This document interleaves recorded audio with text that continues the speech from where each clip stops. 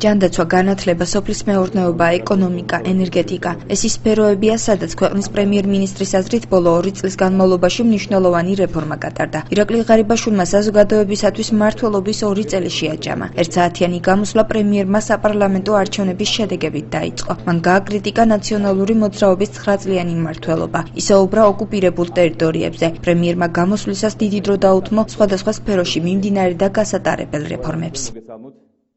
ჩვენ ყველა სფერო რეალური განვითარების გზაზე დავაყენეთ. და მაინც ჩვენი ერთ-ერთი მთავარი მონოპოლარი არის ძლიერი დემოკრატიული ინსტიტუტების გაძლიერება. და პირველ რიგში ეს არის თავისუფალი მედია და თავისუფალი სასამართლო, რომლის გარეშეც პრაქტიკულად შეუძლებელია, რომ არსებობდეს ძლიერი სახელმწიფო, დემოკრატიული სახელმწიფო.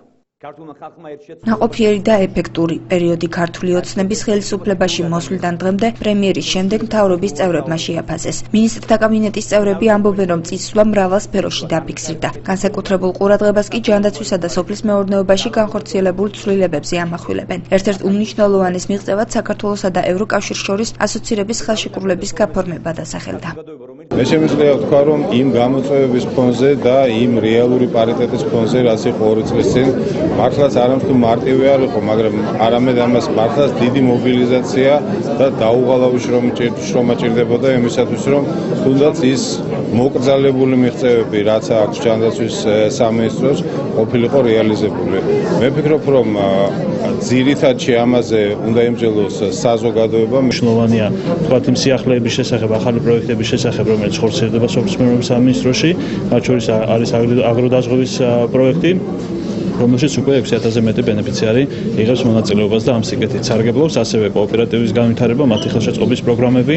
ჩვენ ვისაუბრეთ ასევე საირიგაციო სისტემებზე, იცით რომ წყალუზრუნყოფილია ძალიან დიდი ტერიტორიები საქართველოში და პრაქტიკულად გეგმავთ გასამაგებას ამ ტერიტორიების. ბევრი ხელშესახები შედეგი გვაქვს, თუნდაც ის რომ ექსპორტი 27%-ით გაიზარდა, ის რომ ევროკავშირთან საბოლოოდ გაფორმდა თავისუფალი ვაჭრობის შეთანხმება და ამ მიმართულებით ჩვენ ძალიან დიდი სამუშაო გეგმა გვაქვს კიდევ მომავალში 3 წლიანი, სადაც მთლიანად საქართველოს მოდერნიზაციაა გათვალისწინებული, ის რომ ინფრასტრუქტურის მიმართულებით უამრავი პროექტი კეთდება, ის რომ პროგრამა აწარმოეს საქართველოში უკვე ძალიან ეფექტიანად ამუშავდა და 25 საწარმო არის უკვე დაფინანსებული, სოფლის მეურნეობით მთელი რიგი პროგრამები, ასევე მიკროსაწარმოების დაფინანსების პროგრამა, რომელიც რეგიონებში ითვალისწინებს მცირე ფერმერული მეურნეობების განვითარებას.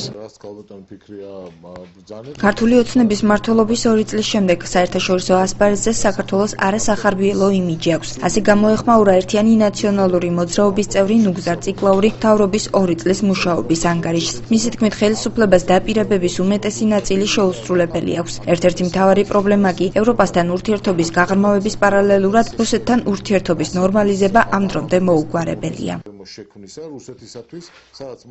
ამ პოლიტიკურმა ძალამ ამ 2 წლის განმავლობაში პოლიტიკური დევნი დაჭერებით შეარყია საქართველოს იმიჯი საზღვარგარეთ. ეს არის აგრეთვე ძალიან დიდი პრობლემა ჩვენი ქვეყნისათვის და ამას ადასტურებს როგორც ამერიკის შეერთებული შტატების სახელმწიფო დეპარტამენტის, ისე ევროპის საბჭოს საპარლამენტო ასამბლეის განცხადებები, სხვადასხვა ძალიან ავტორიტეტული პოლიტიკოსების განცხადებები და აღარ მაქვს საუბარი პრესაში გამოქვეყნებულ მასალებზე. საქართველო არის ცუდი ქვეყანა დასავლური პრესის სტატიებს თუ გავეცნობით.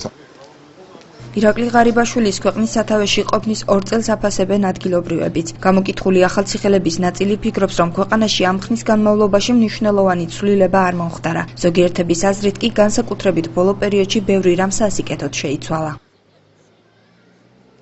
ალბათ საშუალოდ. ჯერჯერობით წინსვლას ვერ ხედავ. მე თანახმარავა, არც პენსია გვაძლევენ, არც სამუშაო და არც არაფერი. არაფერი წარმაინტერესებს. ჩემთვის არაფერი არ შეცვლა. როგორც მოქალაქე არ შეცვლა ჩემთვის არაფერი. როგორც იყო ისე. მმართველობის პერიოდში ბევრი გაკეთდა კარგი, რა თქმა უნდა გაკეთდა ცუდიც, მაგრამ ბოლოს ამ წლის ბოლოს უფრო დადებითისკენ ჭარბობს ტენდენციები. საქართველოს პრემიერ-მინისტრმა მუშაობის 2 წელი თბილისში სასტუმრო რედისონში შეაჯამა. ირაკლი ღარიბაშვილის გამოსვლას მინისტრთა კაბინეტის სრული შემადგენლობა დაესწრო.